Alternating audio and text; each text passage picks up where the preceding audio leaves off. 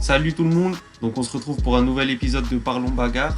Aujourd'hui, on accueille Nassim Belwachi qui va combattre au KSW Paris le 20 décembre. Donc bonjour Nassim, comment tu vas? Bonjour, ça va, nickel, hein, et toi, ça va? Ça va, ça va. Alors pour commencer, pour ceux qui ne te connaîtraient pas trop, est-ce que tu pourrais te présenter? Donc d'où tu viens, comment tu as commencé et où tu en es dans ta carrière à peu près? Je suis Nassim Belwachi, combattant ayant 3-3 sur mon record, mais ça risque de changer puisque je peux pas en parler tout de suite, mais il y a eu des trucs qui sont sortis en off. Et du coup, je suis combattant de l'US Metro. J'étais à Hexagone avant, je viens de signer au KSW pour plusieurs combats. Et j'ai commencé les arts martiaux jeune par le judo, j'ai fait de la boxe thaï, puis après le MMA, c'était la suite logique. J'ai démarré un peu à une époque où c'était pas encore légal et où c'était peu développé. Et là, du coup, ben, je poursuis ma carrière. Ok, du coup le KSW c'est pas un one shot? T'as signé pour plusieurs combats là? Ouais. Ok, ok, c'est cool, je pensais pas. Et, C'est vrai, c'est plusieurs combats. Et bah, il y aura sûrement des combats là-bas, donc c'est ça qui est bien. et En Pologne, est-ce que tu peux dis-moi, nous vas-y. dire... Ah, excuse. Est-ce que tu pourrais nous dire quel est ton objectif dans l'organisation? Est-ce que c'est faire quelques combats et après partir ailleurs ou tu veux aller chercher une bonne place? En vrai, j'ai pas encore défini d'objectif dans l'organisation. Moi, ce qui m'intéressait, c'était signer avec eux sur plusieurs fights parce que je voulais pas faire un one shot par-ci, puis ensuite réfléchir à où combattre ailleurs. J'étais intéressé par le KSW parce que c'est eux qui sont leaders en Europe. Ils font des shows qui sont très intéressants. J'aurais pu re-signer en France, hein, dans plusieurs organisations, mais je l'ai pas fait. Et j'ai privilégié le KSW parce que j'étais plus dans la même optique que vis-à-vis du MMA, vis-à-vis de leur vision du MMA. Donc, on verra avec les mois et les fights où est-ce qu'on peut se placer sur cette organisation. Mais pour l'instant, c'est encore assez flou, tu vois. Je vais faire mon premier combat. Déjà, je reste focus sur l'étape du 20 décembre et après, on verra. Ok, ok. Est-ce que tu peux nous dire un peu quelles ont été les autres organisations qui t'ont contacté ou avec lesquelles t'avais des propositions, quoi? Bah, je pouvais re-signer à Hexagone, comme chez les concurrents, le COF et ERS. Ok, ok. Là, du coup, comme tu as dit, donc ton premier combat dans l'organisation, ça va être le 20 décembre. Je pense que Ouais. ça va être ton combat le plus médiatisé.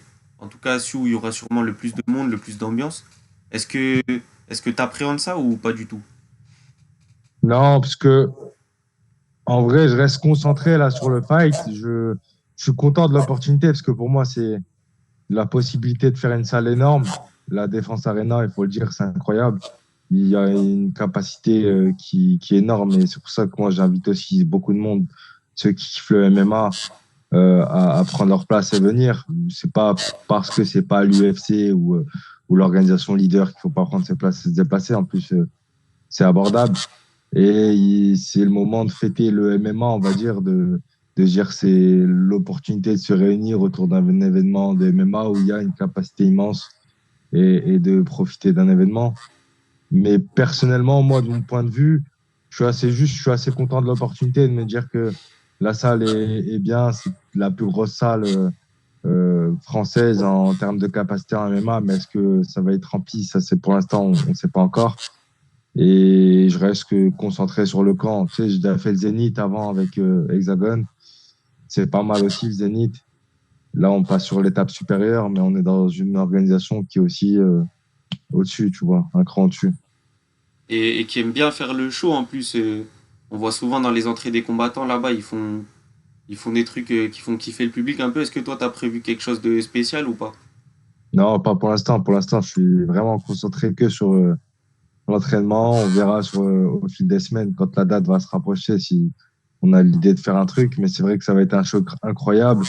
Ceux qui ont l'habitude de regarder les organisations de MMA en Europe, même mondiale, on le sait, le KSW, c'est propre en termes de show, tu vois. C'est un show de lumière incroyable, Ouais, bah oui. des écrans géants, tout ça. Donc ça va être beau, ça va être propre. Moi, j'avais été au KSW la première fois à Paris pour pour leur première fois en France.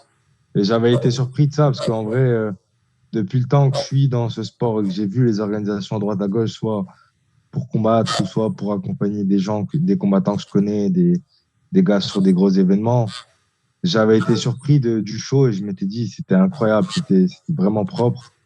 Et donc on verra après ce qu'il en est le jour J, le 20 décembre. Ok, ok. On t'avait vu commenter sur RMC Sport. Est-ce que c'est Ouais. quelque chose qui te plaît et est-ce que tu comptes continuer à faire des trucs comme ça plus tard? Ouais, clairement. Tu sais, j'ai commenté sur RMC, j'ai fait consultant aussi pour The Goat MMA, c'est un média de MMA. Hmm. C'est des trucs que je kiffe parce que, évidemment, tu sais, genre, on est dans un sport où ça se développe énormément, il y a de l'engouement, il y a un public de plus en plus mainstream. Donc, forcément, on a besoin de gens qui connaissent ce sport très bien, qui le pratiquent. Donc, c'est pour ça que il y a un truc à jouer, il y a évidemment une envie de participer au développement du sport, donc de participer en proposant éduquant le nouveau public quand tu commentes, quand je le fais à RMC ou quand je suis en tant que consultant dans certains médias.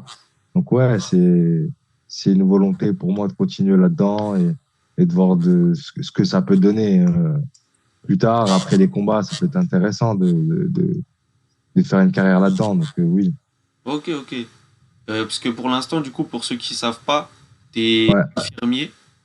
ouais. Tu trouves que c'est paradoxal d'être combattant de MMA et en même temps infirmier? Et comment tu lis les deux?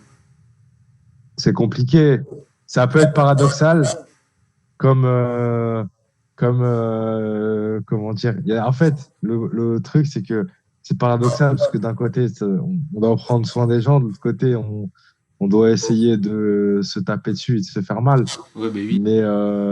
Mais je sais pas, moi, je le vis bien.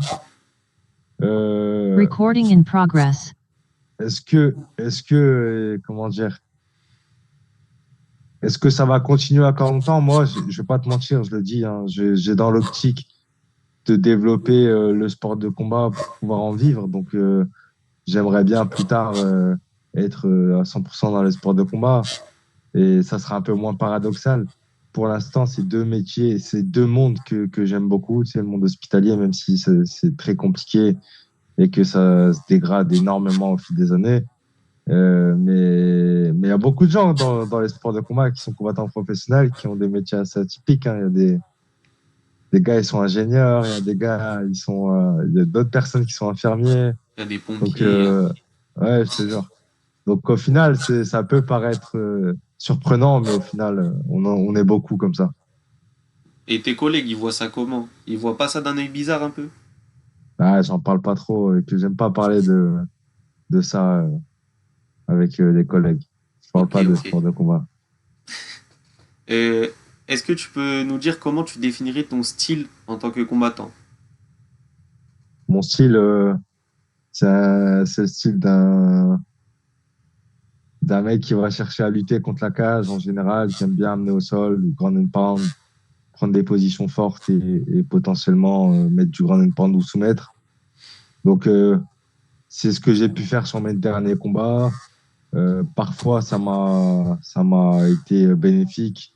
Dernièrement, ça l'a été moins parce que quand j'amène au sol et sur mon dernier fight, je me fais surprendre par un up kick et ça me sonne un peu. Donc, mais bon, après, cette fight week, elle a été compliquée. C'est ça aussi que peu de gens savent, c'est que j'ai dû faire le cutting à la maison parce que c'était à Paris. Je suis à Paris. Ça s'est mal passé. Le jour même, on savait pas si on allait combattre ou pas. Donc, il y a énormément de données que les gens ne savent pas. Donc, ce jour-là, j'ai l'impression d'avoir contre-performé, d'avoir été l'ombre de moi-même. Donc, voilà, j'ai un style d'un combattant qui va beaucoup lutter. Donc, Ok, ok. Voilà. Donc c'est ce que tu comptes faire pour ton prochain combat là. Est-ce que tu pourrais nous dire un peu ton game plan? Est-ce que je dois parler du game plan? Non, je ne peux pas en parler. C'est comme tu veux, Mais, ça. Peut-être il va regarder, on sait pas. non, en vrai, il n'y a pas de game plan défini. En face de moi, j'ai un adversaire qui est bon. Euh, et c'est aussi ça qui fait que j'ai accepté le combat. C'est que j'aime bien combattre des gars qui peuvent me poser des difficultés, qui peuvent être dangereux pour moi. Et c'est comme ça que je vois le combat, à mon sens. Je veux pas je suis pas dans l'optique des gars qui prennent des quiches et qui montent une carrière, tu vois. Ok, Donc, le gars en face, il est bon, c'est un bon striker, il est dur au mal, il sait lutter aussi, il sait défendre la lutte. C'est un mec qui est assez complet, donc c'est pour ça que je veux l'affronter et qu'on va s'affronter en décembre. Donc là, il n'y a pas de game plan défini. Chacun essaiera d'imposer son jeu, c'est tout. ok. D'ailleurs, je sais pas si t'as vu, mais du coup, Ouais, Pity, ton adversaire là, il a encore un combat de programmé sur Tapologie, genre un mois ouais, je sais. avant de t'affronter. Est-ce que tu sais Ouais. si le combat il est annulé ou pas? Et sinon, est-ce que tu prends pas ça pour un manque de respect un peu en vrai? En vrai, je sais pas s'il a annulé ou pas. Moi, je le prends pas pour un manque de respect. Il y en a plein qui font ça, tu sais, d'être matché sur plusieurs dates. C'est s'il y en a un qui doit prendre le manque de respect, c'est le premier, tu vois, c'est pas le deuxième. Puisque le premier, Ouais, c'est vrai. si tu es déjà matché sur une date d'après, tu penses que tu gagnes déjà le premier et que tu gagnes facilement. Donc, perso, moi, je le prends au sérieux. Je pense pas que ce soit un manque de respect. Et s'il est matché avant, c'est bien. Ça va lui permettre d'avoir de l'activité avant. Moi, ça va me permettre de regarder le combat aussi. Donc, peu importe. Ok. Alors là, tu es à l'USS Métro Bizo. C'est une salle Ouais, qui, depuis un an et demi, 2 ans, on va dire, prend énormément d'ampleur, avec ouais. beaucoup de nouveaux combattants qui arrivent. Comment tu te sens là-bas? Moi, je me sens bien. Je suis là-bas depuis le premier jour. Tu sais, je suis là-bas depuis que Johnny a ouvert sa section là-bas. Parce qu'on s'entraînait depuis assez longtemps avec Johnny Frachet. Donc, une fois il est parti là-bas, on l'a tous suivi, les pros. En général, ça a gardé la même dynamique. On s'entraînait dur, on se sent bien. Donc, tout se passe bien, franchement. Ok. Même si tu nous donnes pas du coup ton game plan, vu que t'as pas encore de game plan défini comme tu nous as dit, est-ce que tu pourrais quand même nous donner un petit prono, quoi? Un petit prono, Ouais. victoire. Pas de. C'est- Je sais pas, tu veux que je te donne un prono, je vais te donner le prono de la victoire de ma part, mais il n'y a pas il y a pas de, comment dire, de détails supplémentaires. Ok. Maintenant, une petite question qu'on pose à tout le monde. Euh, Ouais. Est-ce que tu peux nous donner ton top 5 des GOAT en MMA? Mon top 5 des GOAT. Euh, alors, j'ai envie de te donner, moi, pas un top 5 mais un top 3. Vas-y. Et le top 3 ça va être 3, numéro 3 je vais te mettre Habib. O- Numéro 2 je vais te mettre John Jones. Et numéro 1 Georges Saint-Pierre. Et voilà, hein. Ok, Classique, ok. Georges Saint-Pierre. Ouais, ben oui. John Jones, Georges Saint-Pierre qui reviennent tout le temps en vrai. Ouais, je pense que c'est les combattants qui ont marqué beaucoup de monde. Ouais. Qui font le plus Ouais, l'unanimité, on va dire. exactement, exactement. Maintenant, enfin, est-ce que tu aurais un petit message à faire passer à ton adversaire? Mmh, Est-ce que j'ai un message à faire passer à un adversaire en vrai? Non, parce que je suis concentré sur moi. Faut pas te Ok. mentir, je suis zéro dans le trash talk, tu vois. Je, je souhaite juste qu'on fasse un très beau combat, tu vois, parce que je pense on a le matchmaking qui nous a mis en place ce combat est très intelligent et je pense que ça va être un très beau fight, engagé de sa part et de ma part. Et moi, je l'espère l'emporter, je veux l'emporter. Et dans ma tête, je vais gagner. Je pense que lui aussi. Donc, qu'on fasse un beau fight et qu'on voit qui est qui le jour même, c'est tout. Ok, tout dans la politesse. Exactement. Euh, Pas de trash talking. Y a pas d'intérêt. il y a de l'intérêt pour nous après, mais Ah ouais, pour vous. non, mais c'est bien comme ça. Merci de nous avoir accordé ton temps et d'avoir répondu à nos questions. Puis Yes. nous, on te souhaite bon courage pour ton combat. Et voilà, on te souhaite. Merci. Merci. Bah, si vous me souhaitez le meilleur, les gars, mettez en prono victoire de ma part, alors. Là, c'est moi, je vous mets dans la sauce. Bah, merci, les gars. Merci à vous. Et puis, ceux qui regarderont ça, n'hésitez pas à follow leur chaîne. Et puis, donnez-leur de la force, hein. Voilà. Merci, ça fait plaisir. Merci à toi.